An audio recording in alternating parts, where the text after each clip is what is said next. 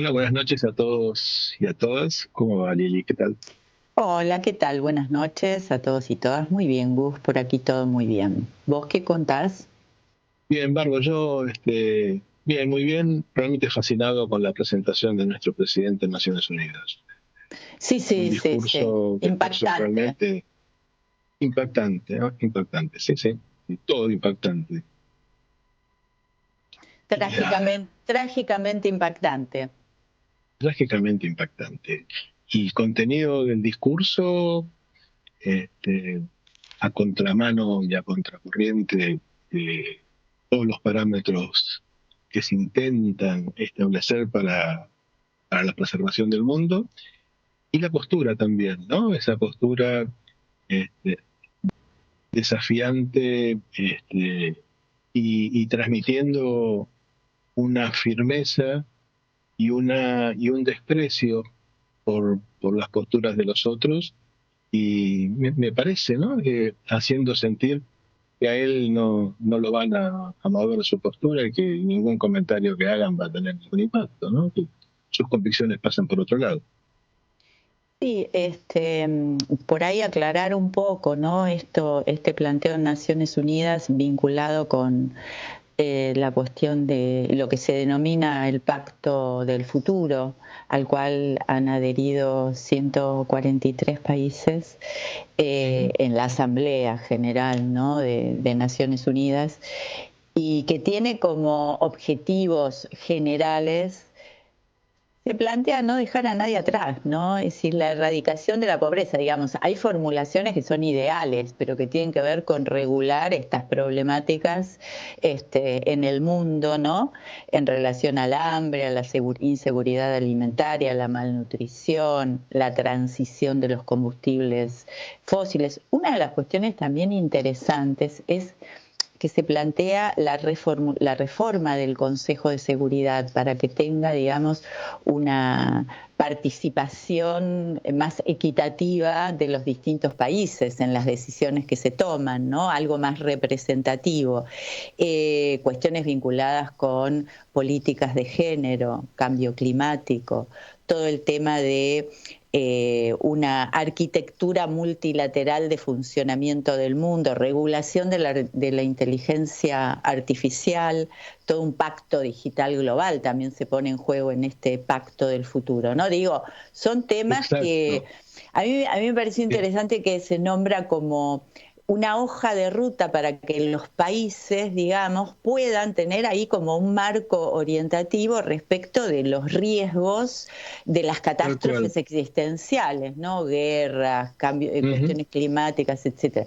O sea, que quedar por fuera de esto, rechazar esto, es un analizador para pensar por dónde vamos nosotros, ¿no? Exacto, porque, digamos, hay quienes pueden criticar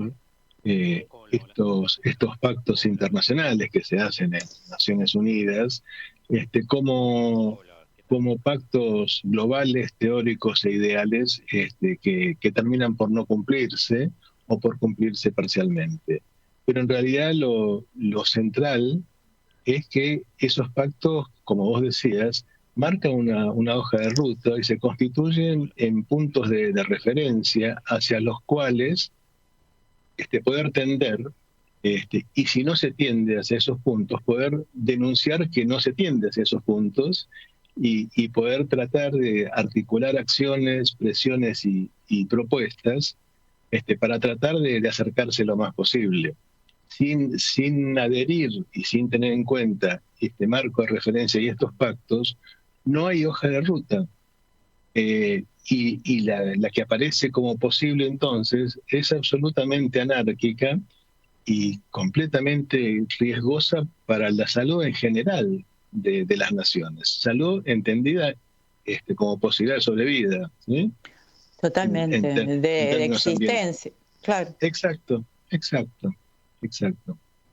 Sí, es decir, la canciller también lo que ha planteado, había anticipado, ¿no? Porque lo que se habla es como que Naciones Unidas está cooptada por el socialismo, ¿no? Es decir, Sí, bueno, ahí ya es Claro, pero con esto de las intervenciones del Estado en la vida cotidiana y que el planteo son valores de libertad, ¿no? En esos valores de libertad, libertad para que la gente termine como eliminada, digamos, de la faz de la tierra, sería, ¿no?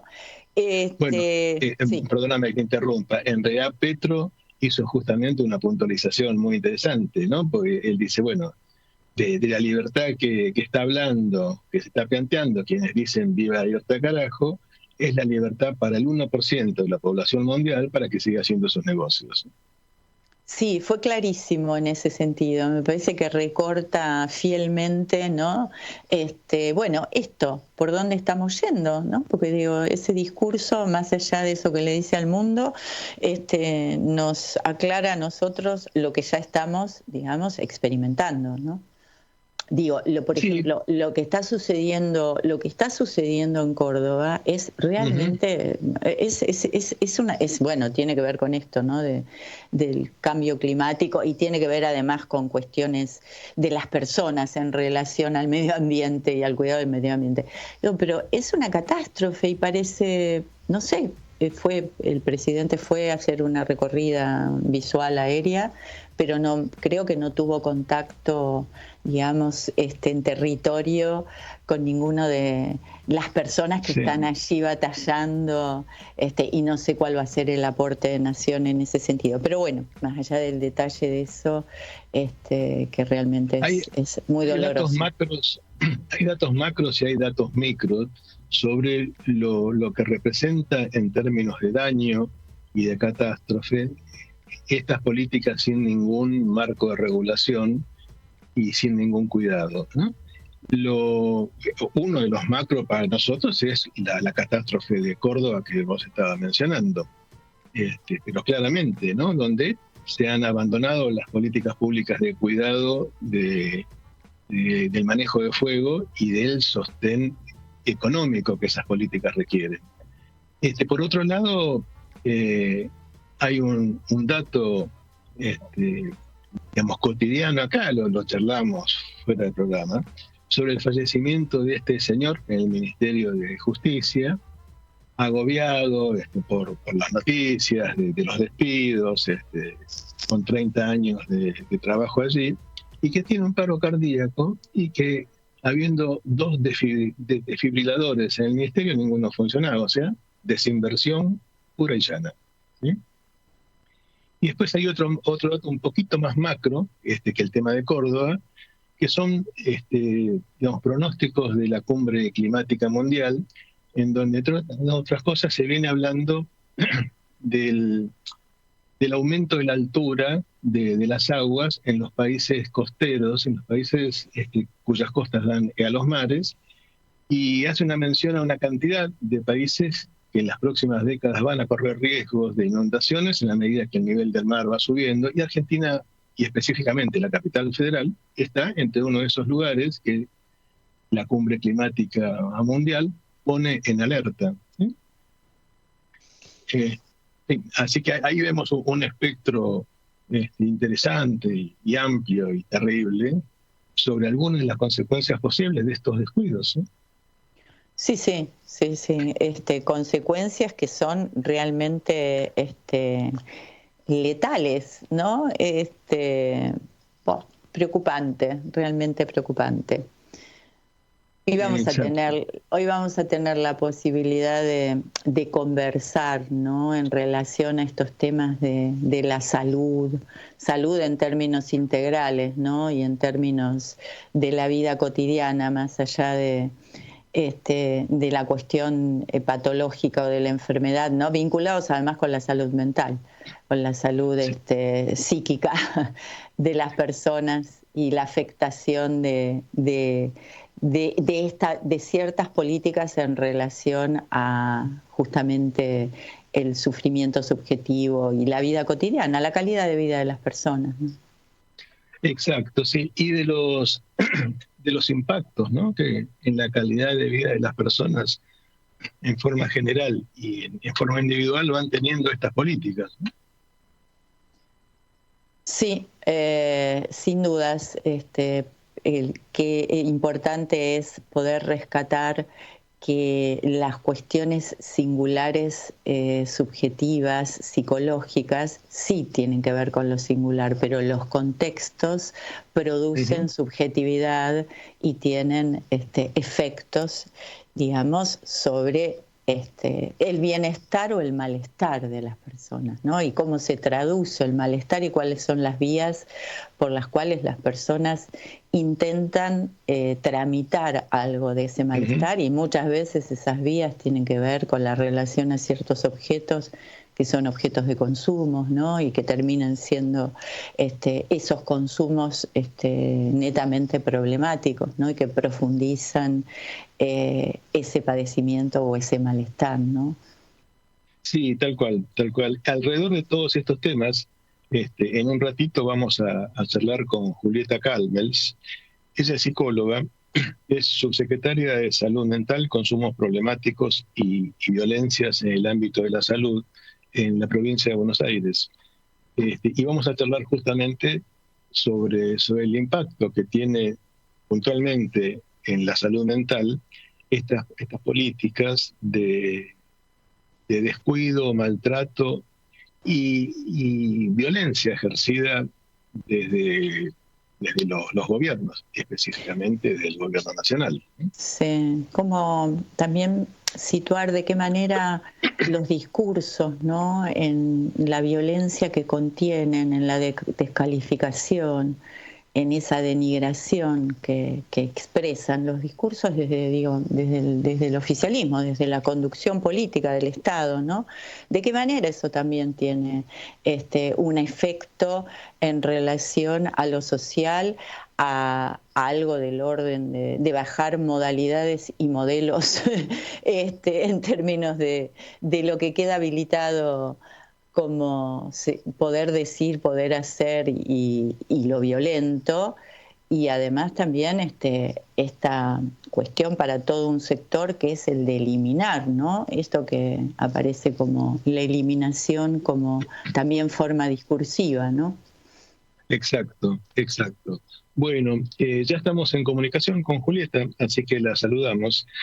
Buenas noches, Julieta, Liliana Martínez y Gustavo Pacman, te saludamos aquí en Desmarezando. Buenas noches, ¿cómo están? Bien, ¿qué tal, Julieta? Buenas noches. Buenas noches. Bueno, gracias, Julieta, por concedernos este rato para conversar. No, por favor. Mira, lo que queríamos hablar con vos es el impacto que tiene en la salud mental en general y en los consumos problemáticos y las violencias en particular, el ejercicio de esta maldad gubernamental instalada por el gobierno nacional casi como política pública. Bueno, es un tema muy importante el que plantean, porque muchas veces tendemos a pensar, digamos, los efectos en el campo de la salud mental o las expresiones del sufrimiento en el campo de la salud mental exclusivamente como un fenómeno individual, o mejor dicho singular, pero bueno, también es muy importante entender que hay determinantes también sociales, históricos y culturales que inciden en las maneras en que la gente vive. Y creo que es un momento, lamentablemente, ¿no?, en la Argentina, donde los efectos ustedes mencionaban hace un rato, la violencia, el abandono estatal, la violencia, y en algunos momentos algo incluso mucho más complejo que uno podría identificar como la crueldad, ¿no?, que es el regocijo sobre las políticas nacionales de privación hacia el pueblo de cosas muy esenciales. Creo que todo lo que sucedió en torno al tema de los jubilados, desde las decisiones en el Congreso hasta la represión posterior y cómo se celebró, bueno, son indicadores de situaciones realmente que uno podría configurar más del lado de la crueldad que de políticas de ajuste estatal, ¿no?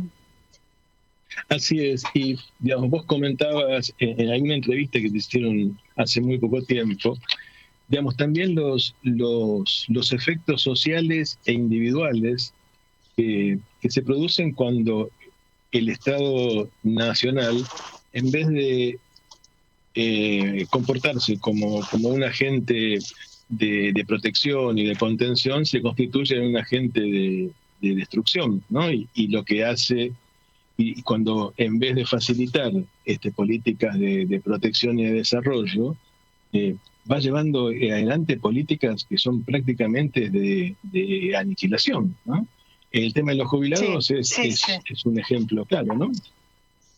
Sí, es realmente así, es muy trágico la situación general, digamos, que estamos viviendo. Y bueno, eso tiene un impacto inmediatamente en la vida de las personas. Siempre decimos, bueno, que las situaciones de ansiedad, de incertidumbre, de angustia, de cierto estado generalizado de alerta, de dificultades para poder proyectar, imaginarse en un devenir de la vida que pueda contener una estabilidad. Todo eso son reacciones normales o expresiones normales de sufrimiento humano ante una realidad nacional de estas características, ¿no? Pero que bueno, que implican síntomas de ansiedad, consumos o incremento de los consumos o modalidades de los consumos que terminan siendo dañinas, algunas situaciones de depresión importantes, el tema del juego online y las ludopatías, ¿no? También en una sociedad y una estimulación estatal a la búsqueda del dinero, ¿no? Como medida del éxito personal o de la realización personal. Todas esas son, expresiones y manifestaciones en el campo de la salud mental que muestran un sufrimiento, ¿no? Que muestran un sufrimiento muy importante que este momento y que las políticas nacionales están produciendo en la vida de nuestro pueblo, y que también nosotros tenemos una responsabilidad desde el campo de la salud mental para profundizar políticas de cuidado, como hacemos en la provincia, inventar todos los dispositivos que nos sean necesarios en el marco de lo que viene siendo una reforma bonaerense de salud mental antes de la llegada de Milei, pero también denunciar que hay una carga de sufrimiento que tiene su explicación en la realidad nacional a la que estamos sometidos, ¿no? Y que eso es importante no cargárselo a la patología de nuestro pueblo, sino encontrar también ahí las razones y las posibilidades también de mejoría en un contexto argentino que cambie para bien, ¿no? Qué importante esto que decís, y pensaba de qué manera el poner o focalizar la cuestión, que no cargue en esa cuestión de lo individual y lo personal, si bien, por supuesto, eso está, y están las diferencias de cada quien, por supuesto, pero digo, es como también dar lugar al paradigma de la ley de salud mental, ¿no? Que corre ese eje psicopatológico, ¿no? Y tiene en cuenta este sinnúmero de determinantes. Y pensaba, escuchándote en relación a toda esta situación que vas describiendo y de las afectaciones, de qué manera, digamos, los abordajes de salud mental, ¿no? Frente a esta fragmentación, a esto individual, a este corte de lazo social, a esta cuestión de la crueldad, digamos, cómo generar, cómo construir ahí dispositivos o abordajes o intervenciones. Sí, bueno, desde la provincia la perspectiva de la reforma en salud mental tiene, por un lado, un fuerte fortalecimiento de recursos humanos en salud y de instituciones y ámbitos de atención de la salud, desde las camas en hospitales generales para la internación hasta la ampliación de los centros comunitarios y de día, que estamos próximos también a inaugurar con obra nueva, que continúa en nuestra provincia una serie de 12 centros comunitarios nuevos. Pero bueno, también una apuesta a la construcción colectiva de mejores condiciones de vida y también de cuidado de la salud mental. Hay un programa provincial que se llama La Salud Mental es entre todos y todas en escuelas secundarias, donde trabajamos en talleres con los chicos para discutir y para construir también condiciones de salud, también identificando cuáles son fuentes de bienestar y cuáles fuentes de sufrimiento, ¿no? Y es muy claro cómo los chicos identifican las violencias como fuentes de sufrimiento, las violencias familiares, las violencias propias de los tratos interpersonales, las violencias de género, las violencias de lo que llamamos bullying, ¿no? La exhibición de los cuerpos en las redes sociales. Bueno, todo un ciclo y una serie, digamos, de situaciones que uno podría englobar en torno a las violencias que tienen un efecto inmediato en el sentir y a veces con consecuencias muy profundas, ¿no? De daño, incluso algunas situaciones traumáticas que tienen como causa las situaciones de violencia, las que siempre el Estado debiera regular.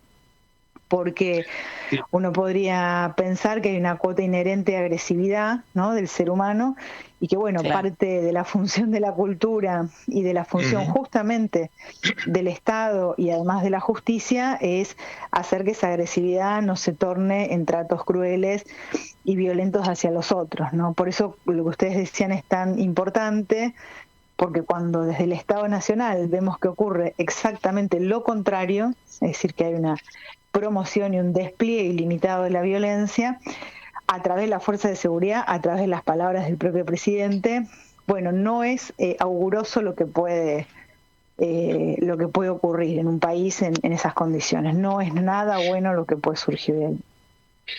Y también, digamos, al mismo tiempo que se hace este ejercicio de la violencia en términos verbales y en términos concretos físicos, digamos, también las personas, los jóvenes y los niños en particular, quedan como indemnes frente a algunas situaciones que los capturan tal vez en la búsqueda de alivios o evasiones, pero que terminan en realidad encasillándolos aún más en situaciones complejas, no solo para el procesamiento, sino para las descargas también. Estoy pensando en la ludopatía, por ejemplo, ¿no? Claro. Del cual los jóvenes son víctimas, y en los últimos tiempos digamos, se está hablando mucho de esto y se está visualizando los riesgos y las consecuencias de que no haya políticas de contención nacionales para esto. Y te diría más, hay estímulos, ¿no? Porque cuando uno ve las propagandas de las agencias de juego en las camisetas de los equipos principales, no es precisamente una política de contención, sino todo lo contrario, ¿no? Exacto, no, me parece muy, muy acertado lo que planteas y muy necesario de ubicar de esa manera. A veces tendemos mucho a ver en los chicos los problemas, ¿no?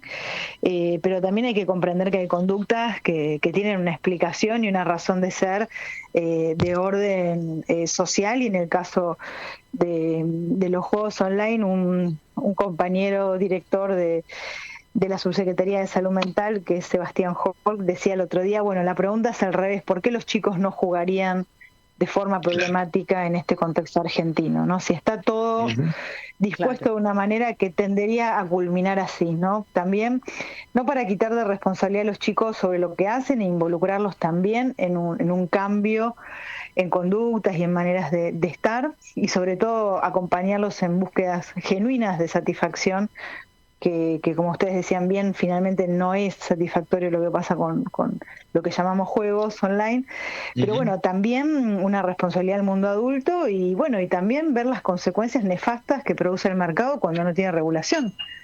No, creo que es un excelente ejemplo de que las políticas del mercado por sí mismas no producen una regulación que cuide la salud, sino al contrario, ¿no? Que hay que limitar las lógicas de acumulación de capital y de producción e intercambio de bienes en el capitalismo porque pueden llevarse puesto la vida de las personas.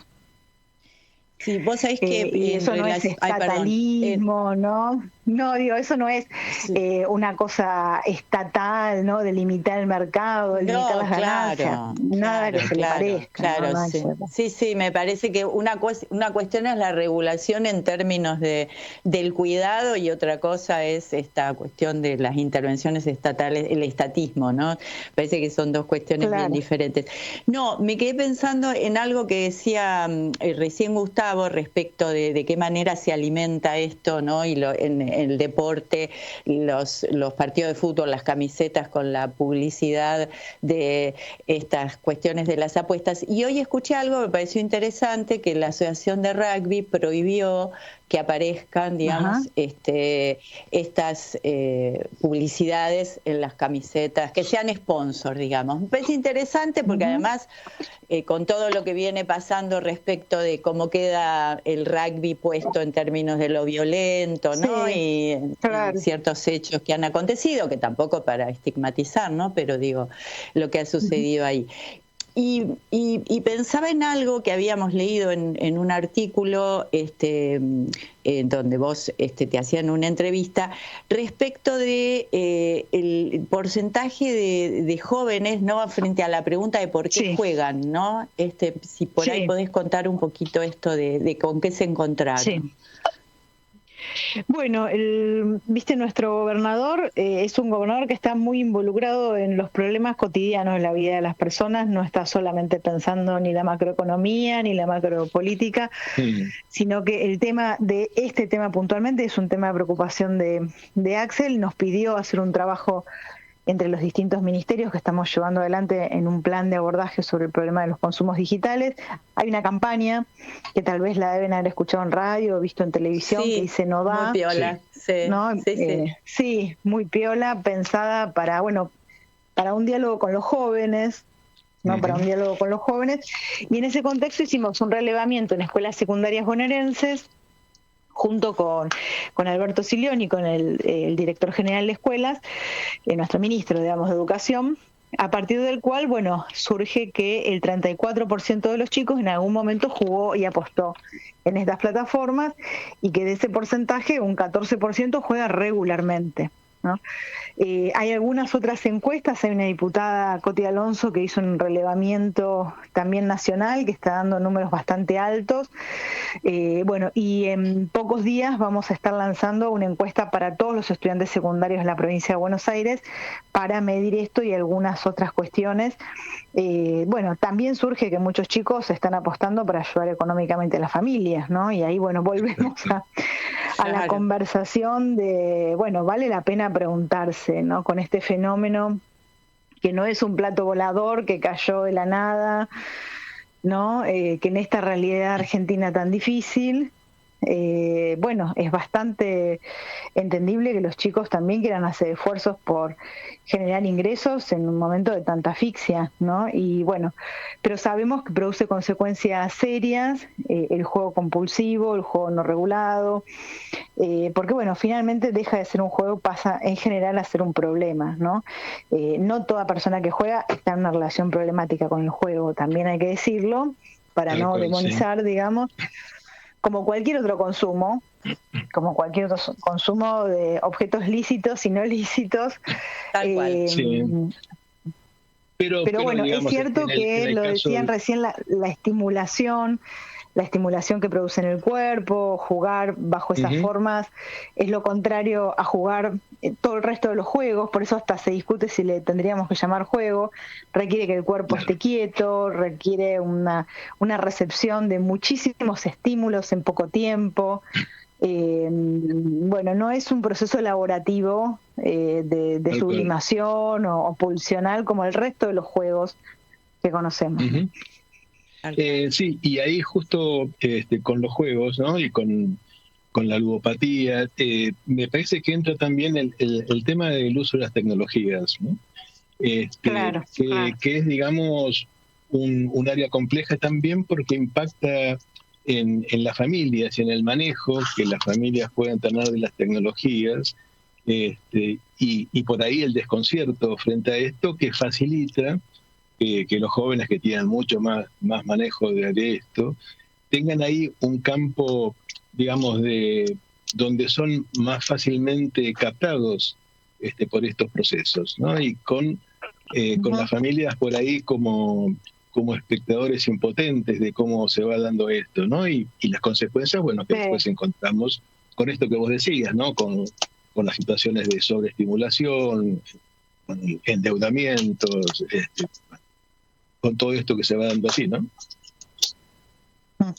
Sí, es como decís, hay que pensar esto en el marco de un fenómeno más general que es el uso de las tecnologías. En esta misma encuesta surge un dato que tal vez es el dato más relevante, que es que la mitad de los chicos de escuelas secundarias que nosotros llegamos a entrevistar a través de esta encuesta, que la hicimos a través del programa de la salud mental entre todos y todas, es decir, en ambiente de confianza con los chicos, la mitad pasa mínimo 5 horas diarias frente al celular, Claro. Frente a las pantallas. Y de ellos, la mitad de ese número y cerca de un 22% está más de 8 horas diarias. Es decir, es muy serio lo que está ocurriendo. Tremendo. Y tal vez eso es el dato más importante para poder intercambiar, discutir, pensar y empezar a ver cómo regulamos algo que lo vemos extremado en los chicos, pero que también involucra al mundo de los adultos en una sociedad mediatizada por pantallas, ¿no? En todos los sentidos, de las plataformas, de las billeteras, de los usos de las tecnologías para comunicarnos entre nosotros. Y bueno, muchos plantean que eso no es solamente un medio para los mismos fines, sino que eso altera las formas en las que hacemos esas cosas. Entonces, bueno, en muchos países se está avanzando en trabajar la regulación en general del uso de tecnología, ¿no? Claro, porque yo pensaba también, Julieta, que a través de este uso descontrolado de los jóvenes, de algún sector de los jóvenes, de las tecnologías que se pone en juego con los juegos online, etcétera, también se da otro proceso que es los funcionamientos solitarios, el aislamiento, ¿no? Y en donde por ahí digamos, se va perdiendo también la posibilidad de el compartir en lo social con otros amigos, sí, amigas, el compartir actividades, no toda una cuestión de fragmentación de lo colectivo, estimulación patológica del individualismo, en donde, como seguramente grandes sectores juveniles quedan allí capturados y convertidos en víctimas muy vulnerables, ¿no? Sí, no, es importantísimo el ángulo porque bueno, el tema del aislamiento es un tema importante, porque a veces pensamos bastante en lo que nos produce en términos de efectos, pero a veces no nos es tan claro lo que perdemos, ¿no? O lo que no nos produce. Y bueno, nosotros vemos muchos, ¿no? Chicos con muchas inhibiciones en los colegios, muchas inhibiciones, como un fenómeno contemporáneo, diría, ¿no? Que no es la vergüenza, digamos, que no son los procesos claro, más o menos normales vinculados a la sexualidad, los vínculos. Claro, el pudor, no, es diferente procesos, la inhibición. Claro. La inhibición, ¿no? Pibes que en las redes pueden estar de tal o cual forma, pero que al momento de encontrarse con otro cuerpo, de sostener su cuerpo delante de los otros, no el organismo, ¿no? Sino el cuerpo en toda su función simbólica, vincular, que en la relación con los otros, cuesta mucho, hay muchas dificultades y es una fuente también de sufrimiento que a veces redobla el aislamiento, ¿no? Porque cuando se encuentran con eso, a veces, se vuelve al lugar donde esas tensiones parecieran no estar. Incluso en el involucramiento del cuerpo, en deportes, en lo que decíamos antes de la agresividad normal o necesaria también para interactuar en un mundo y en un mundo de relaciones, ¿no? Donde, hay cierta necesidad también de desplegar una cuota normal de agresividad para regular las relaciones, un montón de cuestiones. En eso también vemos, ¿no? Una inhibición importante que, es un asunto. Por eso también hay que pensar, además de cómo regulamos o qué efectos producen las tecnologías, qué otros espacios sociales construimos, sostenemos y cómo invitamos también a los chicos a construir esos territorios donde puedan pasar experiencias interesantes, porque ellos lo lo saben también identificar y yo creo que están más deseosos de lo que imaginamos en poder también contribuir a esas construcciones si realmente nos disponemos a eso. Por lo menos nuestra experiencia en los talleres en las escuelas es buena, la verdad que es muy buena. Los pibes piden que volvamos, quieren seguir hablando, hablan de cosas muy profundas, que no hubiéramos imaginado. Por eso, bueno, también se requiere la presencia del Estado, un Estado que no sea anónimo, digamos, y donde haya realmente un interés y un deseo en encontrarnos en un diálogo, en una construcción común, ¿no? Sí, cómo elaborar, y cómo elaborar todas estas cuestiones con las que ustedes se van encontrando en términos de una respuesta de políticas públicas vinculadas con salud mental, porque digo, se te escucha, digamos, en toda esta información y todo este relevamiento, pero además lo que se va escuchando es toda como una elaboración, un ir cocinando y pensando acerca de esto, ¿no? Cómo procesar todo eso para nuevamente que vuelva eso en términos de las intervenciones y del quehacer. Y no solo eso, sino que en el procesando que decías, Liliana, me parece, Julieta, que ustedes también, a través de las políticas que van poniendo en práctica, facilitan que estos espacios colectivos se vayan convirtiendo para los chicos en ámbitos de procesamiento y elaboración e incluso de descarga, ¿no?, de los estímulos acumulados. Sí. Para nosotros es una experiencia, particularmente señalo la del programa porque, bueno, tiene una magnitud y es en un territorio no sanitario, con lo cual es todo un aprendizaje también para nuestro sistema de salud, para nosotros, porque nos permite pensar cosas que en la escala del 1 a 1 de los consultorios, de las salas de internación, de los centros de día, nos costaría por comprender con cierta magnitud. Y porque, bueno, también nos encontramos con mucha sorpresa con una juventud que está dispuesta a hablar muchísimo más de lo que hubiéramos imaginado. Y que cuando habla también produce efectos entre ellos, ¿no? Por ejemplo, hay muchas escenas, ya van más de 80.000 chicos que pasaron por los talleres, para también tener una idea de la magnitud.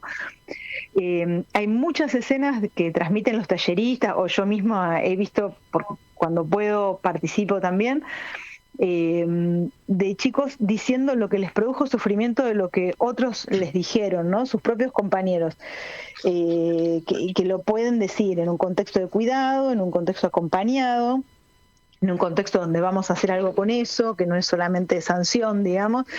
Claro. Y produce mucha sorpresa en los chicos escuchar cuando otro dice lo que el dolor que le produjo, el sufrimiento que le produjo, no sé, cosas que dijeron de su cuerpo o chistes que sostuvieron a lo largo de mucho tiempo.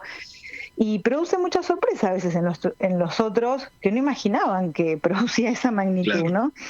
Y entonces esas son también instancias muy importantes, porque también lo trabajamos colectivamente, ¿no? ¿Qué hacen los demás cuando escuchan esas situaciones? Es decir, también hacer una apuesta que no todo se resuelve con derivaciones a tratamientos, y que bueno, que hay posibilidades colectivas también de tratarnos mejor y de estar mejor y de poder escucharnos, y que eso les hace mejor a todos, al que ejerce violencia sin saberlo, el que goza un poco sádicamente de algunas situaciones y nadie lo regula, ¿no?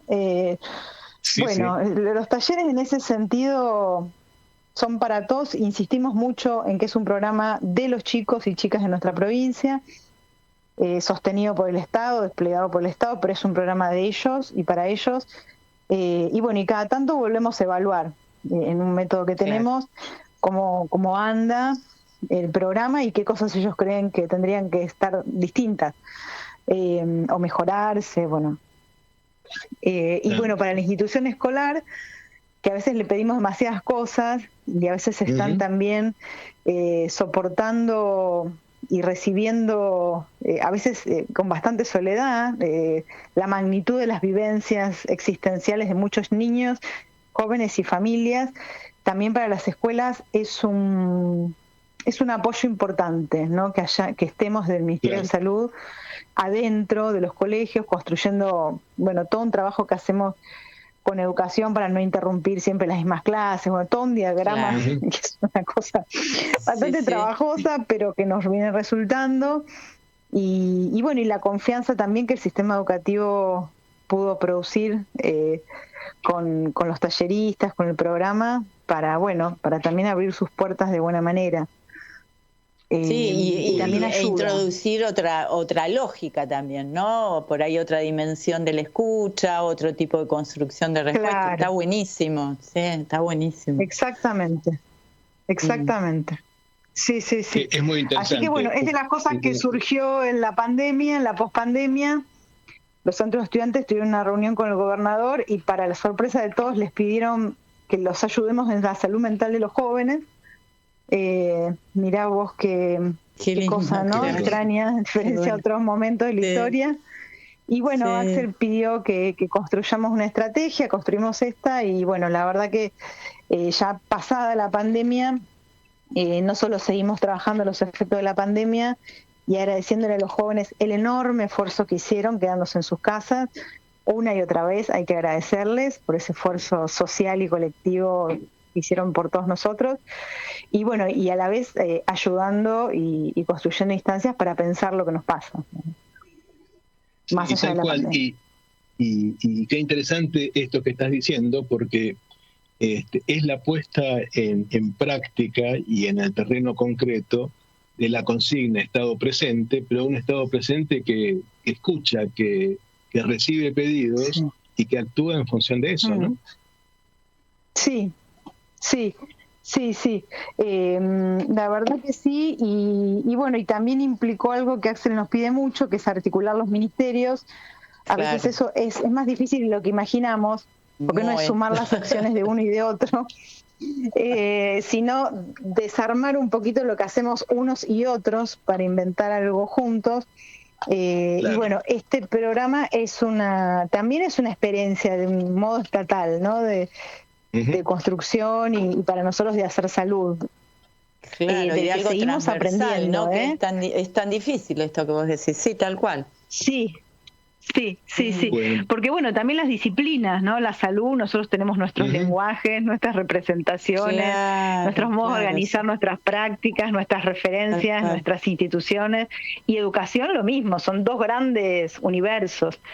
Que se respetan, pero que a veces cuesta que entremos en relación. Bueno, y acá lo estamos logrando y bueno, con mucha apertura, la verdad, del sistema educativo, de una manera muy generosa y muy linda. Sí. Bueno, buenísimo. Macanudo, Julieta, tenemos que ir cerrando ya. Te agradecemos un montón el tiempo que te dedicaste y todo esto que pudimos charlar, que es interesantísimo. La verdad que un gusto, Julieta, y un laburazo el que vienen haciendo, así que nada, enhorabuena y felicitaciones. Bueno, muchas gracias y gracias por el interés y la posibilidad de difundir lo que estamos haciendo. Un abrazo. Un cariño, Un abrazo grande, igualmente.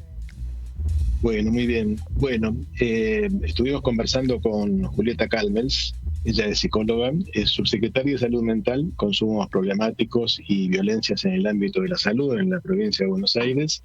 Y tuvimos una charla amplia, ¿no? En diferentes rubros, con posturas y con desarrollos interesantísimos que nos fue transmitiendo Julieta acerca de cómo se abordan, digamos, problemas de salud desde la gestión estatal, ¿no? Amplia, muy clara, en una articulación muy interesante entre lo que es la gestión, la política y además toda la cuestión de la construcción, la teoría, el saber y la disciplina, digamos, vinculado a la salud mental. La verdad que interesantísimo, y la complejidad, ¿no?, de lo que eso conlleva. Y además la complejidad en contextos dentro de políticas nacionales y contextos que tienen esta particularidad, que es más que la construcción, ir en dirección opuesta, ¿no? Alimentar esa cuestión mortificante. Entonces, bueno, hacer con todo eso, perforar todo eso y darle a todo eso otra dimensión, la verdad que es enorme. Y me parece, a mí me parece muy importante rescatar esta habilidad especial que tiene Julieta para transmitir conceptos técnicos muy sólidos digamos, con un lenguaje muy cotidiano y accesible, ¿no?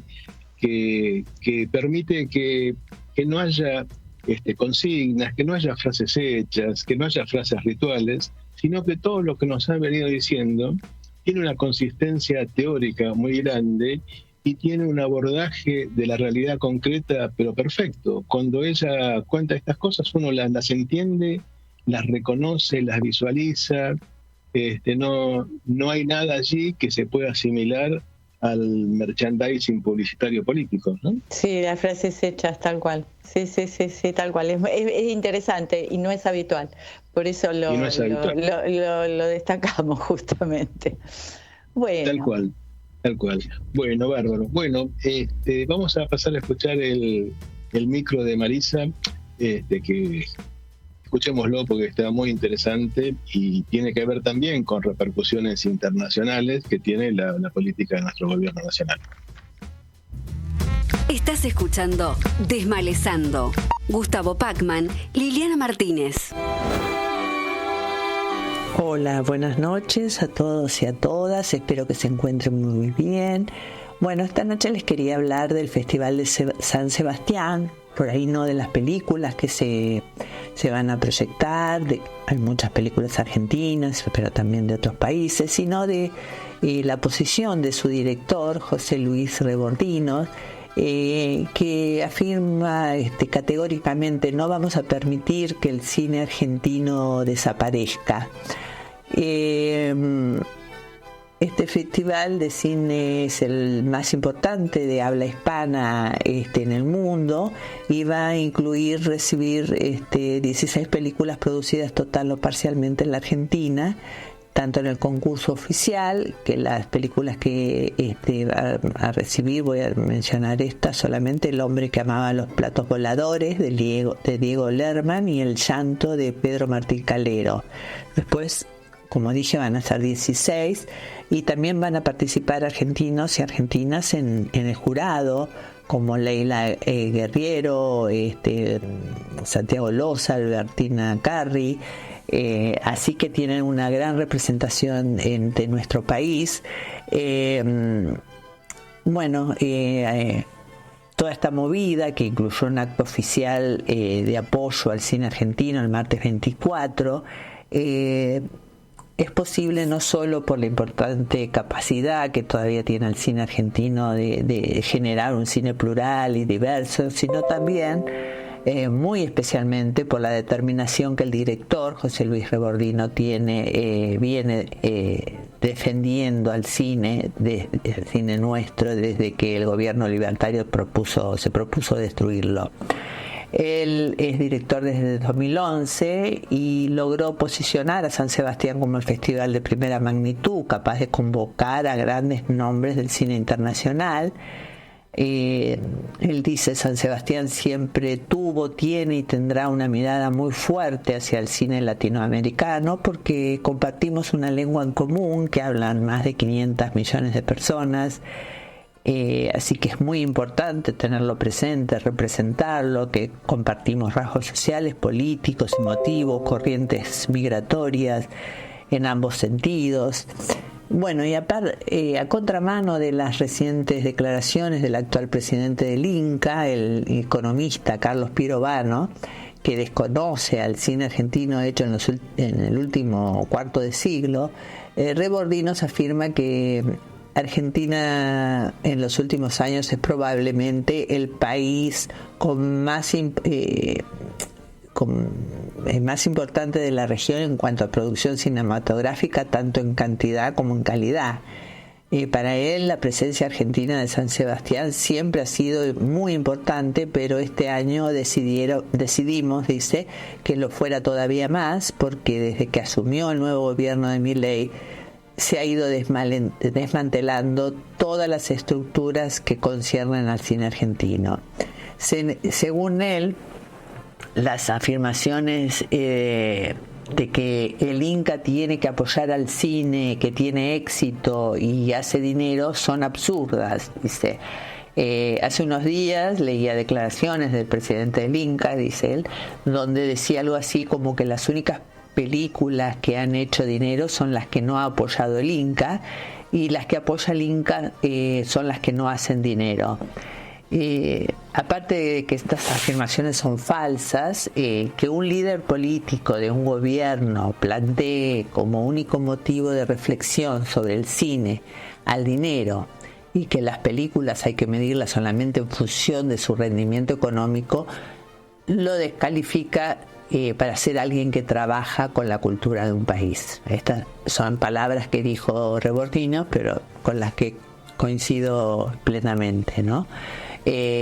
Una cinematografía, dice, sana, necesita de un cine que lleve espectadores a las salas, pero también necesita de cineastas que tengan la posibilidad de crear sin tener que pensar en el rédito económico, en el resultado, en el público y en el dinero.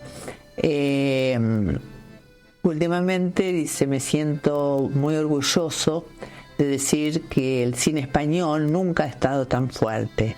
Es que el cine español, dice, es capaz de tener en esta edición en San Sebastián, por ejemplo, una película de Almodóvar, La habitación de al lado, que acaba de ganar el Premio Mayor de Venecia, pero de también tener, y que seguramente va a ser muy taquillera, y también tener una película como la de Albert Serra, Tardes de Soledad, que es una obra muy personal, que seguramente no dará dinero, pero que va a ser todo el circuito de festivales del mundo por su interés artístico.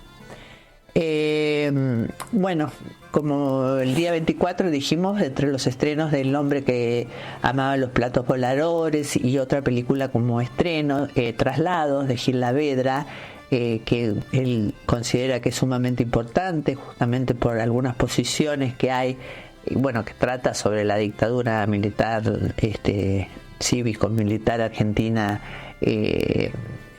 Bueno, es muy importante en este momento por las posiciones que tienen algunos funcionarios del gobierno.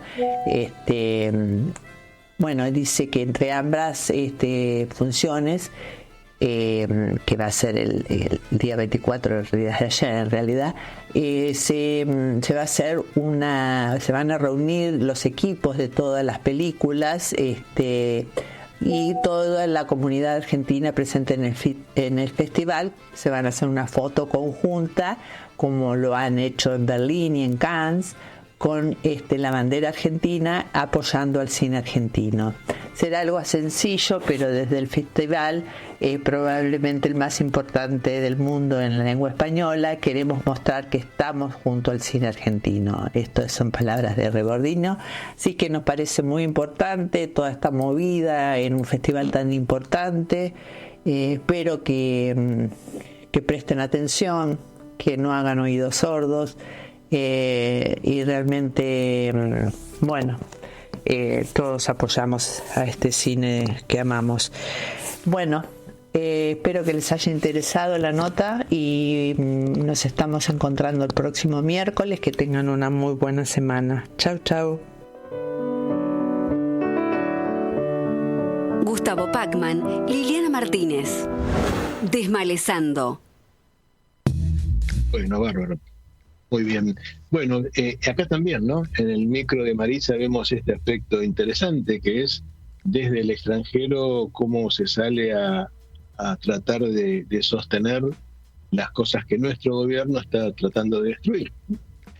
Sí, esta cosa de lo que se visibiliza y se expresa y es este apoyo que realmente se hizo finalmente, este acto de esta foto en las escalinatas de lo que fue la sala mayor, ¿no? de uno de los de allí del Festival de San Sebastián, visibilizar este desguace que tiene que ver con el cine, con la industria, pero que va en línea con lo que es el cine como moneda de cambio también en este ajuste, al igual que las jubilaciones, que las universidades, digo, ¿no? En esta línea. Me parece interesantísimo esta cuestión de de visibilizar y de ver el apoyo, ¿no? De extranjero, internacional, sí, sí. Digamos, también entre las cosas que mencionaba Marisa en el micro, estaba la desmentida que Remondino hace de las mentiras del director del Inca, ¿no? Del economista, que es como casi, diríamos, una marca registrada de nuestro gobierno, el mentir impunemente, ¿no? En disparar frases falsas con una naturalidad que realmente asombra, ¿no? Y con una impunidad que asombra. Sí, es un mecanismo, digamos, no sé si es la mentira, la desmentida, el engaño, la posverdad, no sé cómo encuadrarlo, o la canallada, ¿no? O la canallada, ¿no? La canallada y la decisión de poner en juego todo vale desde una gestión gubernamental, y todo vale dicho y hecho desde una postura que fue la que transmitió el presidente Milei en las Naciones Unidas. Tal cual, no me importa nada lo que me digan ni lo que ustedes piensen. Sí, esto que hablábamos fuera del aire, ¿no? Esta frase de dicen que no tenemos corazón, esos que dicen eso no tienen cerebro, ¿no? Es interesante, digamos, como alguno al que queda ahí, digamos, interpelado o referido tácitamente es el Papa. Porque últimamente hizo, digamos, un planteo vinculado con esta cuestión de las políticas sociales, ¿no? Bueno, muy bien. Bueno, vamos cerrando hoy. Estuvo muy interesante la entrevista con Julieta. Interesante también lo que transmite el micro de Marisa. Sí, y como, digamos, en estas lógicas y en estas modalidades y en estos atravesamientos tan particulares que nos tocan, también como la construcción de otra cosa o discursos que plantean otras cuestiones o colectivos, ¿no? Colectivizar otra lógica en este sentido es posible y necesario. Tal cual. Bueno, bárbaro. Bueno, nos están despidiendo con la cortina, así que ahí nos vamos. Hasta el próximo aprovechamos miércoles. para hacerlo con nuestra voz. Sí, tal cual. Ahí vamos. Hasta la próxima, que estén muy bien. Que pasen una buena semana. Una sonrisa, el sol de un día de sol. Radio con Aguante. Piezas de realidad.